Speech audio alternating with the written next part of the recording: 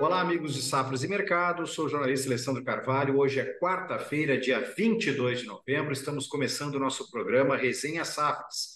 Resenha Safras especial, falando sobre o clima e todas as preocupações que a gente tem neste momento com as condições climáticas para diversas regiões do Brasil. O Rio Grande do Sul e o sul do Brasil sofrendo muito com enchentes, com alagamentos, com chuvas excessivas, outras regiões com falta de umidade, com temperaturas muito elevadas. Então, a gente vai tratar disso nesse programa Resenha Safras e as implicações, principalmente para safras de soja e de milho. Por isso, já cumprimento nossos participantes desse Resenha Safras, nosso parceiro agrometeorologista da Rural Clima, Marco Antônio dos Santos. E aí, Marco, tudo bem? Muito bem. Melhorando um pouco agora com o retorno das chuvas, né? Aquele calorzaço sumiu.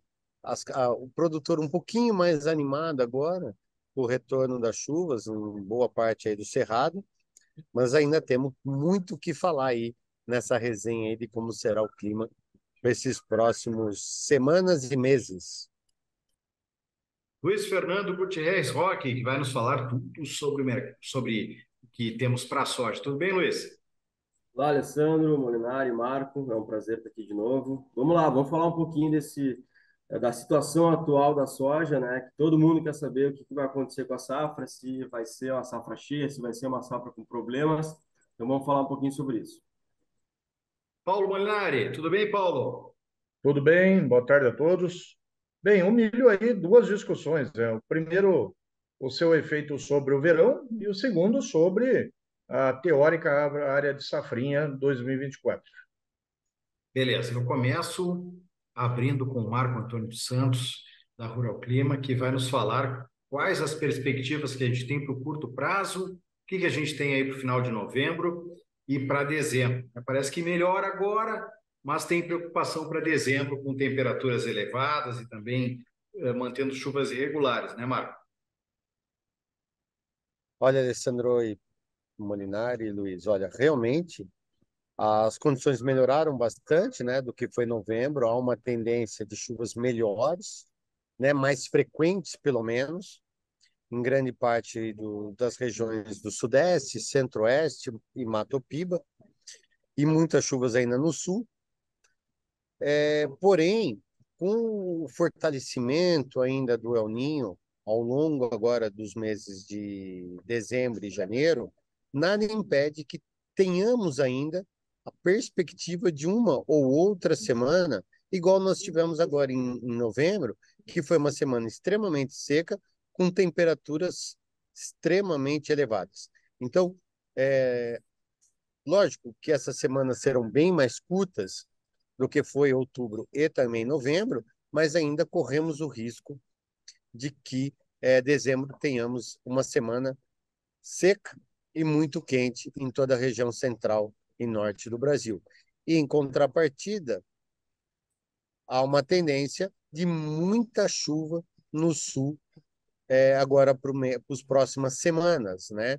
Então, isso me preocupa bastante por conta do andamento do plantio da soja, o plantio do arroz, a colheita do trigo, né? Então, realmente, isso pode ainda colocar mais uma pitada aí, de prejuízos nas lavouras ao longo agora dos próximos meses.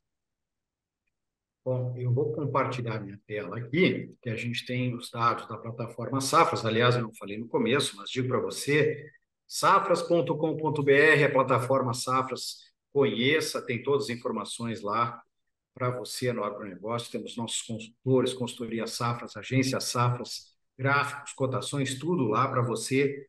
Não perca, não deixe de conhecer. E no nosso canal no YouTube, Safras TV, inscreva-se e ative as notificações. Todos os dias temos um vídeo novo para vocês.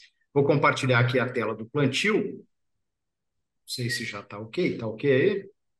Sim. Plantio da soja. Beleza. Luiz, olha só. Eu queria que tu comentasse esse levantamento, né, que tu comanda aí da soja. Nós temos até 17 de novembro, no Brasil, 68,2% da área plantada, da área esperada, né? Mostra aí um atraso significativo, tanto em relação ao ano passado, que era 76,8%, como em relação à média de 5 anos, ainda maior atraso em relação à média, que era 78,1%. Temos aí a questão climática atrapalhando, né, Luiz? Sem dúvida, Alessandro. A gente até teve lá em setembro ainda um início de plantio até que foi bem ok, foi dentro da normalidade, digamos assim, né? As chuvas começaram a chegar ali até antes da primeira quinzena, ainda na primeira quinzena, na verdade, de setembro, e aí a gente conseguiu ter um início de plantio bom no Mato Grosso, até no Paraná. Mas a verdade é que a partir, principalmente de outubro, a gente teve essa irregularidade climática que a gente está vendo até agora, né? E o Marco pode falar um pouco melhor sobre isso. E aí a gente foi acumulando atrasos. A gente até teve uma que outra semana um pouco melhor, que a gente conseguiu recuperar um pouco o ritmo dos trabalhos, mas a verdade é que praticamente ao longo de todo o plantio, tirando os primeiros dias lá em setembro, a gente está atrasado frente ao ano passado e frente à média, né? Então, esse atraso de 10 pontos percentuais aí é algo que está se mantendo semana após semana, né? No sul, com excesso de chuva, que não está permitindo que as máquinas avancem, e na parte central e mais ao norte do país, com a falta de umidade, né, que faz o produtor não plantar, porque não vislumbra chuva para poder germinar e ter um desenvolvimento inicial bom das lavouras. Então, são quadros diferentes, né, de clima, mas que estão trazendo o mesmo problema, que é um problema de atraso de plantio. Fora a questão do desenvolvimento, né? Isso a gente vai falar um pouco mais à frente, depois que a gente falar da nossa estimativa de produção. Mas o fato é que a gente pode ver pelo quadro, né, que praticamente todos os estados do Brasil estão atrasados no plantio, né? Acho que aqui no sul o destaque maior foi o Paraná, embora esteja agora na reta final do plantio, ele atrasou bastante, ele puxou bastante a média para trás nesse ano, né? Até porque o Mato Grosso em determinado momento chegou a ficar a voltar a se aproximar da média e tal. Mas a verdade é que esse atraso realmente traz problemas, né? Porque a gente já teve replantio de várias áreas, pode continuar tendo ainda, e a gente pode ter, no fim das contas, uma área menor, em alguns estados, né, resultando numa área nacional menor do que a gente estava prevendo inicialmente. Mas isso a gente tem que esperar ver como é que vai ser a finalização do plantio aí, como é que vão ser os próximos dias. Como o Marco falou, a gente tem uma semana mais positiva, né, pela frente aí, com chegada de chuvas um pouco mais volumosas na parte central e no norte do país, que pode incentivar os produtores a avançarem um pouco mais rápido. Mas, em contrapartida, no sul, a gente continua com excesso de umidade, né, que deve continuar impedindo as máquinas de avançarem melhor. Então, a gente vai ter que ver. Com relação à área, a gente vai ter que ver como é que vão ser as próximas semanas aí para ver realmente qual foi o resultado dessa irregularidade climática que a gente está tendo nesse ano. Marco, teu comentário em relação a esse quadro aí que a gente tem do plantio da soja, pontualmente aí nós temos várias áreas que preocupam, né? E se tu acha aí que tem alguma área aí que pode acelerar e vai chegar mais perto da média em algum momento aí com essas tendências climáticas? Olha, Alessandro, eu só assino o que o Luiz falou, né? Assim, a ausência de chuvas nessas últimos, não vou falar nem em semana, nesses últimos 2 meses, né? Tanto outubro quanto novembro, resultou nesse atraso, né? No Cerrado como um todo, e o excesso de chuvas, ou regulares chuvas bastante frequentes, no sul, resultou nesse atraso aí, no Rio Grande do Sul e Santa Catarina em especial. Daqui para frente, com o retorno das chuvas, os produtores vão rodar 24 horas, tanto o plantio quanto o replantio. Então, a gente vai ver uma evolução muito rápida nesses próximos 10 dias, onde as médias devem chegar muito próximos aí de agora, né? Então, a gente vai ver uma evolução muito rápida. Com relação ao replantio, muitos aí estão avaliando as suas áreas, estão esperando essas chuvas para reavaliar as suas áreas, se vale a pena replantar, ou alguns clientes da Rural Clima já falaram que talvez nem vão mais replantar a soja e já partir tanto para o algodão segunda safra, como até milho, plantar um pouco mais cedo o milho, né, antes de plantar ali no final de janeiro ou mesmo ao longo do mês de fevereiro. Já não implantem mais soja e já optem por plantar o milho já ali no final de dezembro, início de janeiro. Mas o fato é que está todo mundo ainda num compasso de espera para ver realmente como que está a situação das lavouras após essa semana que deve vir com mais chuvas, tá? Então, é um ano extremamente atípico, porque quando você tem um El Niño, há uma tendência de chover mais cedo. Isso até aconteceu de uma certa forma, porque nós tivemos chuvas em agosto e setembro, onde deu condições para muitos produtores iniciarem seus plantios, mais um outubro e um novembro, com temperaturas extremamente altas e chuvas extremamente irregulares. E aí, o caos que se formou aí no plantio. Beleza? Eu vou passar agora para falar com o Paulo. Vou passar aqui para o quadro da evolução do plantio do milho safra de verão. O Paulo já vai falar que a preocupação não é com a safra de verão, que é com a safrinha. Tá aí, né, Paulo? Porque a gente tem também esse atraso no milho que vai acabar lá na soja, que vai acabar afetando adiante o milho safrinha, com certeza. Nós temos aí o milho temos até 10 de novembro, 82,7%, mais ou menos perto da média, né, Paulo? No verão não tem grande preocupação, o problema é a safrinha, né? Certamente, né? Talvez aí Santa Catarina, né, que devido ao excesso de chuva, a turma não conseguiu plantar, aí pega também o trigo, né, que tem gente aí que está abandonando lavoura porque o trigo não está dando padrão nem para ração. Então, é uma situação aqui do sul, né, até a metade do Paraná, que o Marco Antônio já relatou. E para cima, a situação um pouco diferente, né? São Paulo aí também teve a onda de calor, o Minas Gerais também teve a onda de calor. Eu tive em Minas até semana passada. O milho estava bem, enrolando um pouquinho as folhas devido ao calor, mas nada que comprometa potencial de produtividade.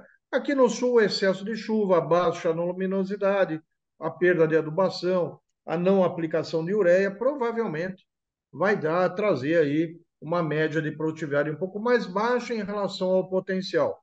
Mas nem por isso é uma safra que vai ter graves problemas. Tá? Então, o verão, nas regiões que plantam verão, aqui do Centro-Sul, está praticamente solucionado. Né? Podemos pegar aí a parte do centro-norte de Goiás, leste de Goiás, que planta um pouco de verão, essa região ali está mais complicada, mas é um milho que planta mais tarde também, então não tem muito problema. Bahia, muito complicado, é a única região no Nordeste que planta verão, já tem aí uns 20% de redução de área, vai ter problema no verão, porque o Marco Antônio vai confirmar, né? O El Ninho, para o El Ninho, o Rio Grande do Sul fica no Nordeste, né? Então, os problemas que nós tivemos com Laninha no Sul, nós vamos ter com o Nordeste esse ano e é inevitável esse processo. Parece que é o histórico estatístico do El Ninho. Bem, aí entra a discussão, né? A discussão mais pesada sobre a safrinha 24, né? E aí nós temos que passar uma régua nos percentuais de área de soja que estiveram plantadas até o dia 30 de outubro, que pega a janela fevereiro, né, para o milho. Então, até 30 de outubro, no Mato Grosso, que é o principal estado produtor, né, tinha 84% da área de soja plantada. 84% dá para plantar todo o milho em fevereiro e ainda sobra área para algodão, para o gergelim, para o alpiste, seja o que for, certo? Então, assim, plantio por plantio, ritmo por ritmo, a janela do Mato Grosso para a safrinha está aí, certo? Agora, a questão é que, como o Marco Antônio já falou, estamos tendo replantios em novembro, né? Esta área de replantio em novembro do Mato Grosso perdeu a janela, né? Então, isso aí vai virar um plantio de safrinha tardio, só com a semente, e um pouco de vela para ver se rezando um pouquinho dá certo.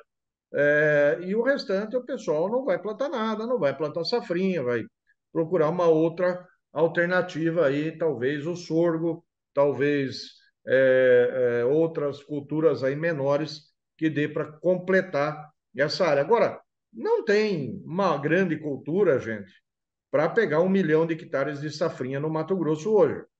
Não é todo mundo que planta algodão, tá? Algodão é uma área, uma lavoura cara, que se tá ruim com o milho, com o algodão pode ficar pior. Então, essa história que vai passar para o algodão, ela é sempre muito relativa, tá? Algumas localidades, alguns produtores que já têm a tecnologia do algodão, já têm o maquinário, etc., é outra história. Então, agora, Goiás, Mato Grosso do Sul, Paraná, São Paulo, Minas, tirando a parte norte de Minas, que realmente está muito atrasado, eu diria que essas regiões estão dentro da janela da safrinha. Por quê? Porque a safrinha nessas regiões está plantada até março.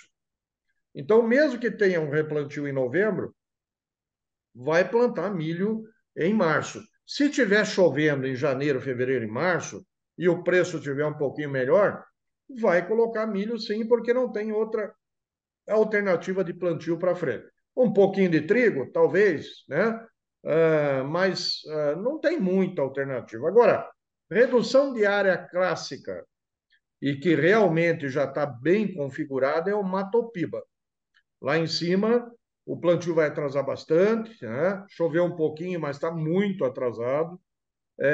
O pessoal lá está realmente com medo do El Ninho, está com medo do milho da safrinha. Muita área vai virar sorgo, vai virar cobertura, né? Então, Mato Piba, sim, Tocantins, Maranhão, Piauí, talvez até uma parte do Vale do Araguaia, né? Pegando o parte nordeste do Mato Grosso, sim, vamos ter redução de área que já pode ser contada nesse momento. Agora, Mato Grosso ainda tem minhas dúvidas, né? Porque ainda tem 60 dias para esse produtor decidir. Alguns grandes já decidiram, mas a grande massa ainda está esperando para ver o clima de janeiro e fevereiro. Como o Marco Antônio comentou, esse calor e essa chuva mais cadenciada também está adiantando o ciclo da soja. Então, agora, depois de 15 de dezembro, ninguém vai replantar soja. Todo mundo vai colocar alguma segunda cultura no lugar. Então, a área que tiver que replantar depois de 15 de dezembro não vai virar soja. Vai provavelmente virar milho e talvez uma parcelazinha algodão. Então, quem está pensando em reduzir, em queda de área de safrinha, talvez nós tenhamos até uma melhoria da janela com essa antecipação do ciclo da soja, tá? Então, assim, é muito relativo, é delicado falar em corte gigantesco de área. Não vejo corte de área em Goiás, não vejo corte de área no Mato Grosso do Sul, Paraguai, São Paulo, talvez o Minas lá para o Naí, Paracatu, entrando mais sorgo, mas assim, o Mato Grosso, para dizer que vai cair 600 mil hectares de área plantada, é bastante coisa e é um esforço descomunal, né? Como a soja já está indo meio mal de produtividade no verão, ficar sem a segunda cultura realmente é uma perda de economia bastante forte, tá? Então, assim, o verão está indo bem, mas a safrinha realmente está com a janela ajustada, vai gerar uma certa especulação, um certo movimento que nós já estamos vivendo hoje, mas se eu conheço bem o Brasil, no final nós vamos ainda ter uma boa safrinha, a não ser que lá no outono, né, brasileiro de 2024, a gente tenha aí um corte de novo generalizado de chuva no Mato Grosso e Goiás e quebra a safrinha por clima lá na frente. Agora, por área, ainda estou para esperar para ver aí os números finais lá no plantio, tá? Ô, Daqui a Molinari, pouco a gente. não, Pode falar, só pode comentar, falar, Marco. Molinari, quantos anos a Oi? gente ouviu falar que o produtor brasileiro, quantos anos a gente ouviu o produtor falar que vai reduzir área no Brasil de milho safrinha e chega lá no final planta a mesma área ou até área maiores, né? Exato. Então a gente já está cansado de ouvir que todo ano Eu, vai reduzir área, que vai reduzir área de milho safrinha, que vai não sei o quê. E aí chega no final o produtor, pelas, por que você falou, até por composição de renda, certo? Ó, planta, ele diminui um pouco a sua tecnologia. E esse ano, Marco, eu diria assim para você, que se o mercado tivesse R$ 60 no Mato Grosso, ou 50, ninguém estava falando em reduzir área. Mas 35, R$ 40 maltrata o produtor. Tem regiões que as três estão dando R$ 30 para agosto do ano que vem. Então, assim, a condição já está ruim, o clima já está ruim, os custos estão altos porque o preço da semente não baixa. Então, é natural eu traduzir isso em uma redução diária e uma falta de apetite para pôr dinheiro no chão. Então, eu diria assim que é mais o problema de preço do que o problema de clima, sabe? Então, Concordo, assina embaixo o que você está falando. é isso aí mesmo, sabe? Então, se o mercado hoje estivesse acima de R$ 50 no Mato Grosso, iam plantar só milho até em fase de flor de novo, certo? Então, é uma Certíssimo. questão de que realmente os R$ 30, R$ 40, elas não motivam o produtor a fazer qualquer investimento. E o preço da semente não consegue baixar. Se o preço da semente baixar para dezembro, janeiro, talvez tenha aí uma motivação adicional de final de carreira, né? Para ser produtor tomar uma decisão rápida, imediata e acabar aí fechando uma área melhor de safrinha. Agora, concordo que o Mato Grosso está propenso a alguma redução de área, mas eu diria que é mais por fator econômico do que por fator climático. Bom, vamos entrar em números agora de safra, que está lá na plataforma Safras, tanto a estimativa da produção de soja, quanto a estimativa da produção de milho, a evolução semanal do plantio, por isso que você tem que conhecer a plataforma Safras. Mas vou botar aqui, e o Luiz vai comentar, esses aqui, ó, ainda são os números, né, Luiz, da intenção de plantio, mas a gente tem aí, queria que comentasse a estimativa da produção de safras, né? Ainda prevendo um aumento de 4,5% em relação ao ano passado, né, Luiz? Eu não sei como é que tu está vendo hoje se temos uma tendência aí para reduzir com todo esse problema climático. O que tu pode comentar desses números aí? Bom, o primeiro ponto, Alessandro, é que esses números vão ser atualizados agora, sexta-feira. Então, em primeira mão aí, para quem vai Opa! acompanhar o resenha, na sexta-feira a gente atualiza esses números, porque a gente está vendo necessidade, né? A gente não, como tu colocou, esses números são da intenção de plantio ainda, porque a gente não costuma mexer na estimativa de produção antes de passar da metade do plantio, tá? Não, a gente não vê o porquê disso acontecer. Então, agora que passou da metade, a gente vai começar a revisar e, naturalmente, também por essa necessidade de revisão em cima dessas questões climáticas atuais, né? Então, assim, obviamente que o viés é negativo, né? Pela irregularidade climática que a gente está vendo, no centro, no norte do país, pelo excesso de chuvas no sul. Acho difícil mexer no sul ainda, nesse momento, tá? Mas eu não sei, vamos ver o que os números vão nos dizer, o que a pesquisa vai nos dizer. Mas é bastante provável que a gente vá reduzir o potencial produtivo e talvez ainda não mexer em área, tá? Mas talvez reduzir um pouco o potencial produtivo de alguns estados. Aí o principal, naturalmente, é o Mato Grosso, né? Goiás, provavelmente, a gente deve ter alguma mudança. O que dá para falar já de antemão, eu acho, Alessandro, com alguma certeza, é que a gente não vai repetir as produtividades altas em vários estados do Centro-Oeste e provavelmente do Sudeste, do Norte e Nordeste, tá? Por exemplo, as 63 sacas de média estadual do Mato Grosso, que foi a colheita de 2023, a gente não vai colher de novo. É a maior produtividade da história. A gente não vai repetir isso, provavelmente. Muito difícil acontecer.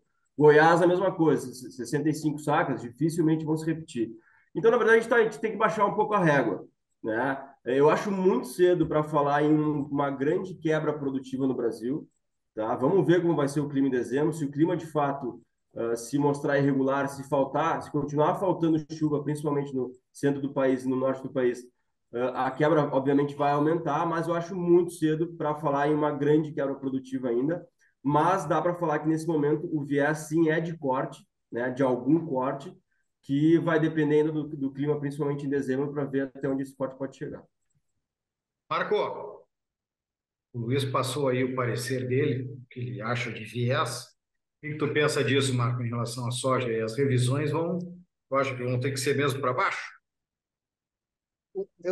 Para falar a verdade, eu compartilho o que o Luiz falou, porque assim, a gente teve realmente um outubro e um novembro, e principalmente um novembro, muito seco e quente. Isso, lógico, que afetou o potencial de algumas lavouras. O ano passado, a gente viu muitas lavouras batendo recorde de produtividade, com médias de talhões acima de 80 sacos por hectare. O Mato Grosso, como o Luiz bem frisou, fez 63 sacos de média, algo nunca tinha acontecido. A mesma coisa com Goiás, com 64, 65 de média. Esse ano, isso não vai acontecer. Então, aquela projeção inicial aí de 163 milhões de toneladas, eu acho muito pouco provável disso acontecer, devido ao cenário que ocorreu. No entanto, eu vi algumas consultorias, lógico que eu não estou falando de safras, pelo amor de Deus, mas eu vi algumas consultorias, aquelas terroristas, falando numa safra abaixo de 150 milhões. Isso, para mim, também é totalmente improvável num cenário como esse, ainda mais se voltar a chover, como os modelos estão indicando a partir de agora. Porque tem muita soja na fase vegetativa, e a gente sabe que a soja, em sua fase vegetativa, aguenta bastante porrada, desculpa a expressão aqui, né, Luiz? A gente sabe disso. Então, eu acho que é um viés de baixa para essa produção de 163, 164 milhões, mas está longe de ser uma quebra como foi 15 e 16. Está totalmente no meu modo de ver, está totalmente fora de cogitação a gente ter uma quebra no Brasil igual 15 e 16. Bem, aí eu só queria fazer um complemento, acho que é importante a gente frisar, que a gente está falando com o centro-oeste do país, né? Se a gente pensar no Mato Grosso, o Mato Grosso é uma Argentina, certo? Então, a maior preocupação de todo o mercado nesse momento é efetivamente que nós estamos falando do maior produtor nacional, o maior produtor do estado produtor da América do Sul, né? É quase uma Argentina a produção do Mato Grosso. Então, assim, essa sensibilidade do mercado, essa vontade em trazer uma especulação, um movimento, ela é normal para esse período do ano, ainda mais com o quadro climático que a gente está vivendo. É claro que o Luiz já falou que tem quebra, o Marco Antônio já confirmou que tem quebra, certamente o Mato Grosso tem quebra. Agora, quantificar essa quebra no que já perdeu, no que já está replantado, no que está nascendo, no que vai ainda passar por esse dezembro, ainda chave para essa produção. Ainda tem bastante coisa para fechar essa safra de soja e a gente ainda tem a Biov falando 165, tem a DM falando em 170 milhões, né? Então, tem os extremos, né? Do lado dos consumidores chutam a safra para cima e dos lados dos especuladores chama a safra para baixo, mas ela está em andamento ainda. E Paulo, só mais um ponto, Alessandro, só para complementar, é que é importante, tá? No nosso quadro de estimativa lá na intenção do plantio, a gente naturalmente, para o Mato Grosso, para Goiás, para São Paulo, para Minas Gerais, escolheram muito bem em 2023. Naturalmente, no primeiro momento, né, na intenção de plantio, a gente já reduziu um pouquinho o potencial produtivo. A gente não esperava que o clima fosse perfeito de novo para eles atingirem um novo recorde. Então, a gente já tinha baixado um pouquinho a régua, que seriam esses 163 milhões que o Marco comentou. Tem gente falando em mais, né? Então vamos ver como é que vai ser o clima aí para a gente ajustar as produtividades daqui para frente. Deixa eu colocar Paulo, só mais uma pitadinha aí em todo esse argumento. O Brasil hoje, e o Luiz pode falar melhor até do que eu, o potencial produtivo de soja no Brasil, se tudo correr bem, né, Molinari e Luiz, chega a 170 milhões, mas tem que chover bem de Bagé a Paragominas, na hora certa, no momento certo, né? O Brasil pode produzir facilmente mais de 170 milhões.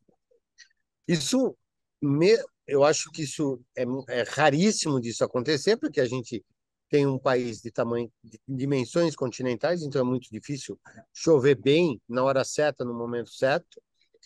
Então, uma safra já estimada de 163 já contempla essas perdas, né? Então, você colocar mais ainda, é isso que muita gente, cara que não entende do que tal, nos assistindo, muitas vezes não entende, fala, cara, se vocês estavam cotando 163 e teve uma quebra de 10 milhões, então vai para 153. Mas, na verdade, a gente está falando em 170, não em 163. Não é isso, Luiz? Exatamente, a gente tem que lembrar, né, Marco, que, por exemplo, em 2023, como a gente teve um clima muito bom no Mato Grosso, enfim, no Centro-Oeste, no Sudeste como um todo, e a gente colheu 156, 158, talvez, a gente chegaria no 163 se o Rio Grande do Sul não tivesse quebrado. Então a gente já tinha o potencial de 163 em 2023, né? E a gente aumentou a área em 2024 em 2,5%. Então, sim, eu acho que se o clima fosse perfeito no Brasil, a gente poderia se aproximar de 170. Então, realmente, é isso aí. O produtor tem que entender, e, enfim, todos têm que entender que a gente já naturalmente já baixa um pouquinho a régua na frente a 2023. Então, é possível, sim, que o potencial fosse até maior que esse 163. Então, isso já contempla, de alguma forma, um clima não perfeito, mas um clima regular, digamos assim, né? Mas agora, como o clima está irregular, a gente vai ter que baixar um pouquinho mais essa régua. E lembrando, né? Lembrando só, então, pessoal, que em 2023, nós colhemos aqui no Brasil uma safra ré que foi 156 milhões de toneladas. E o Brasil compensou toda a quebra da Argentina, que foi a maior quebra da história. A Argentina colheu 21 milhões de toneladas, né? Esse ano, se nós reduzirmos a safra de 163 para 156, vai ser a mesma safra de 2023, com a Argentina passando de 21 para 48 já. Então, a safra da América do Sul de 24 vai ser maior, mesmo com a quebra no Mato Grosso, que 2023. Então, esta é a configuração e é isso que a gente precisa prestar atenção. Mas, ô Molinari, Paulo, deixa. Molinari, Paulo, eu só colocar mais uma pimenta aí, como que eu estou gostando de fazer. Mesmo que se o Brasil colher uma safra de 150, que tem que fazer muito esforço e parar de chover agora em dezembro para vir uma quebra de 150, certo?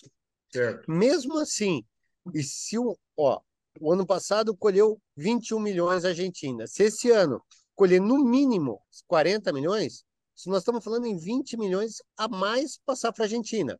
Tranquilo. É isso 20 mesmo. milhões colocaria cobriria, até sobraria espaço, certo? Produto em cima da quebra no Brasil. Então, É, por, hoje, quem por está nos isso. assistindo tem que pensar o quê? Que nós que o mercado global não vê só a safra brasileira. Lógico que tem um peso grande, mas ele vê a safra da América do Sul como um todo. E a Por isso América que do Sul, precisa, o produtor brasileiro precisa pesar bem o que ele está vendo aí na mídia agro. A mídia agro tem bastante porcaria, distorcendo a informação. Cheguei a ouvir gente falando de novo que a soja vai a R$ 200 de novo, e aí o produtor se ilude, perde de novo a oportunidade de venda, né? Essa está sendo uma oportunidade de novo de vender a safra 24. Claro que ainda tem o mês de dezembro de clima, janeiro ainda, mas assim, temos que pôr os pés no chão, porque realmente a safra do ano que vem não é tão pequena como pode se imaginar, mesmo com o problema no Mato Grosso. Paulo, Paulo, não, vai lá, vai lá, desculpa, Marco. Alessandro, desculpa, mas olha o que aconteceu há 6 meses atrás com a safra americana. Todo É? mundo falava que ia ser uma safra pior do que 12, que a safra de 2012, lembra disso ou não? Muita Não, gente deixou de comercializar o milho e a soja, né, Luiz? E aí, no final, veio uma safra normal. não, olha aí, Pensem, não, safra normal não. A safra de milho é uma safra recorde, com tudo que não, aconteceu. aí você põe assim, muita gente está olhando a mídia, como você bem disse, essa mídia podre, que gosta de falar sensacionalismo, e o cara está colocando na cabeça, eu vou vender minha soja hoje, sabendo que vai quebrar o Brasil, e a soja vai voltar para os 140, 150? E lembrando, a seca está vindo no vegetativo. A grande Sim, parte das lavouras foi exatamente o que aconteceu com a soja nos Estados Unidos. exato. No Exatamente. reprodutivo veio a chuva. E aí, mas perdeu o potencial. Perdeu. Foi como o Luiz falou. Nós não vamos colher mais uma safra de 163? Não. Mas está longe de ser uma quebra, uma safra abaixo de 155 ou 150 milhões. Exato. Paulo, eu só queria que tu comentasse esse quadro que está um tempinho aí na nossa tela, sobre a produção de milho, né, a estimativa que temos no momento, certamente será revisada.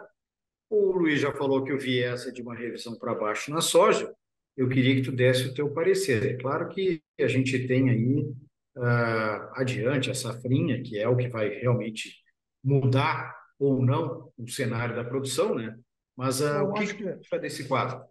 Alessandro, acho que a única discussão aqui de curto prazo é o verão do Rio Grande do Sul e Santa Catarina, mas nós já temos aqui para o verão do Rio Grande do Sul uma produtividade média tecnicamente baixa, um pouquinho acima de 100 sacos, né?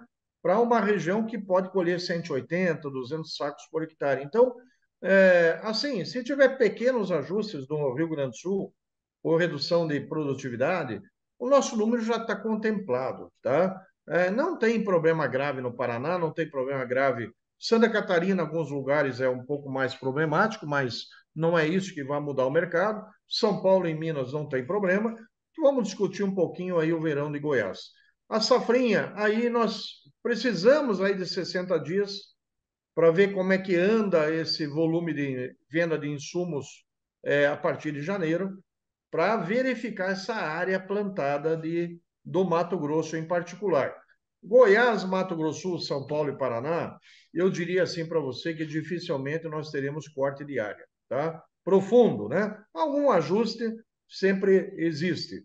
Agora, a discussão está em cima do Mato Grosso, tá? Então, Mato Grosso, se perder 300, 400, 500 hectares, que eu acho bastante, e seria assim representativo, a gente ainda vai trazer a safra do Mato Grosso para 40 milhões, 39 milhões de toneladas. Isso só mexe com o volume de exportação de 2024, não mexe com a oferta interna. Vai ter milho para todo mundo o ano que vem. Claro, não pode o outono brasileiro secar de vez e aí trazer uma quebra lá no outono, tá? O Mato Piba, sim, aí nós vamos ter um corte de área mais profundo, talvez 200 a 300 mil hectares a menos. Isso pode mexer aí com a safra nacional. Então, hoje, nosso número para 24 é 135 milhões. Se nós reduzirmos esse número a 130, 132, é, atende toda a demanda interna e ainda tem 50 milhões de toneladas para exportar o ano que vem. Então, Marco, aproveitando o amigo aí, eu queria ver contigo, a gente já tem conversado na segunda-feira, o tema na semana, o que temos nessa situação climática de irregularidade, de preocupação, de apreensão, o quanto isso é relacionado ao El Ninho, quão forte esse El Ninho, né? A gente teve o último grande, pesado El Ninho, 2015. Faz uma correlação para nós aí em relação a 2015. Quais os outros fatores que estão determinando tudo isso? O que tu está pensando desse fenômeno nesse momento?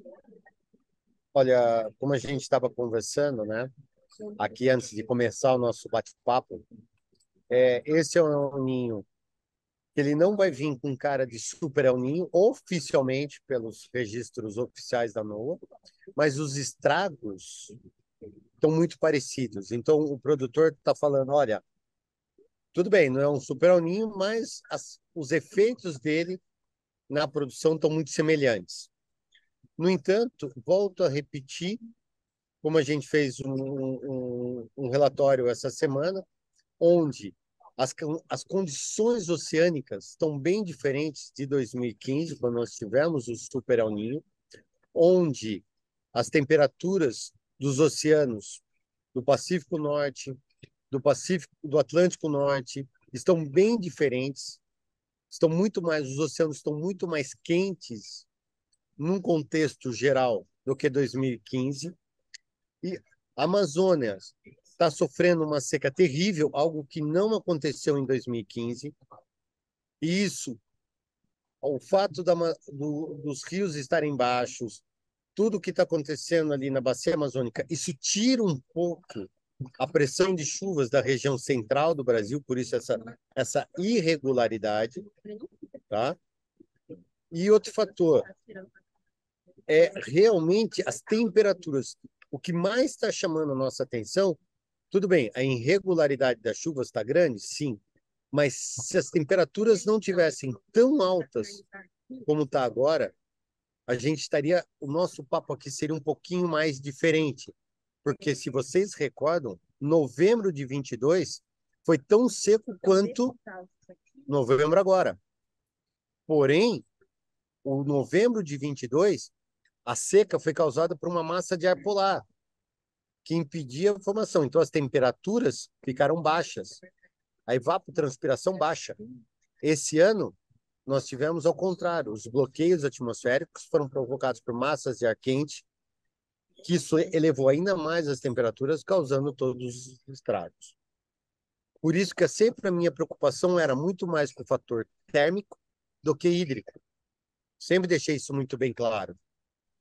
Então, as condições oceânicas e atmosféricas estão diferentes de 2015 e 2016, quando nós tivemos o Super El Niño. E volto a frisar, se as chuvas retornarem e mostrando chuvas regulares para o Brasil, até mesmo, Molinari, para o Nordeste ou para o Mato Piba, que há uma tendência de chover melhor daqui para frente também no Mato Piba, isso pode sim trazer uma nova percepção para a safra brasileira, seja de soja, seja de café, seja de cana, seja de laranja, porque tudo está acontecendo na primavera. E se voltar a chover nas fases reprodutivas, muda-se a figura das lavouras. Então, assim, você tem muitos outros fatores que estão juntos contribuindo para esse cenário de intempéries climáticas. Não podemos colocar a conta dessas intempéries, desse calor e dessa irregularidade, esse excesso de chuvas no sul, única e exclusivamente no fator El Niño, como muitos estão colocando. Obrigado, Marco. Não sei se o Luiz tem alguma consideração final, um recado final, Luiz. Rapidinho. Rapidinho, tem sim, Alessandro. É mais ou menos o que a gente estava falando, tá? Com relação a essa questão da Argentina, é bastante importante, tá? O produtor tem que lembrar exatamente essa conta aí que a gente mostrou, que a Argentina deve voltar esse ano com uma produção cheia. Os mapas, inclusive, a gente não falou sobre isso, né? Mas os mapas são favoráveis para a Argentina nos próximos 3 meses. Obviamente, isso pode mudar, mas nesse momento os mapas são favoráveis. E mesmo que o Brasil tenha algum problema mais importante, a gente quebre, né, a produção, perca um volume maior, dificilmente a América do Sul vai produzir menos que 2023. Então a gente vai ter mais soja disponível no mercado e esse é o principal vetor negativo. E mais um ponto, a Argentina voltando com uma produção cheia e agora com o novo presidente, daqui a pouco ele diminui as retenções, tira as retenções e a Argentina volta com tudo para o mercado exportador e acaba disputando com o Brasil uma parcela que a gente ganhou deles, né, nos últimos anos. Isso pode mexer um pouquinho com a demanda pela soja brasileira e aí a gente pode ter mais estoque, enfim, tudo que pode levar a um novo quadro aí, né, em cima dessa produção argentina maior aí que a gente está prevendo. Obrigado, Luiz. Paulo, rapidamente, algum recado final? O único recado é tomar cuidado com o que a gente vê na mídia agro brasileira, né? A safrinha está totalmente em aberto ainda, pode sim ter uma pequena redução de área no Mato Grosso, que eu acho que seria normal, mas daí para afetar a safrinha nacional é somente o clima do Marco Antônio lá para outubro, lá para o nosso outono e inverno do ano que vem. Eu deixo o meu recado final, que é o seguinte, ligado ao que o Molinari falou. Fique ligado nas informações que são com credibilidade de Safras e Mercado, da Rural Clima, né? Não fique ligado somente em redes de WhatsApp, né? Grupos de WhatsApp que compartilham qualquer coisa, porque isso não é informação, né, gente? Vamos concentrar naquilo que realmente é importante em relação a noticiário. E esteja conosco nas nossas redes sociais, que estão na descrição do vídeo, assim como fique conosco nos nossos cursos, nas nossas lives, nos eventos de Safras e Mercado, que também estão todos na descrição do vídeo. Agradeço especialmente ao Marco Antônio dos Santos. Muito obrigado, Marco. Eu que agradeço, Alessandro. É sempre uma honra fazer esse bate-papo com vocês, cara, com dois grandes mestres de mercado do Brasil. Então, eu só aprendo. Toda vez que eu estou com vocês, eu mais aprendo do que falo. Que maravilha. Muito obrigado, Luiz. Muito obrigado, Paulo. Estamos juntos e até a próxima. Valeu, valeu. Valeu. Um abraço, Tchau, tchau. até a próxima, Marco.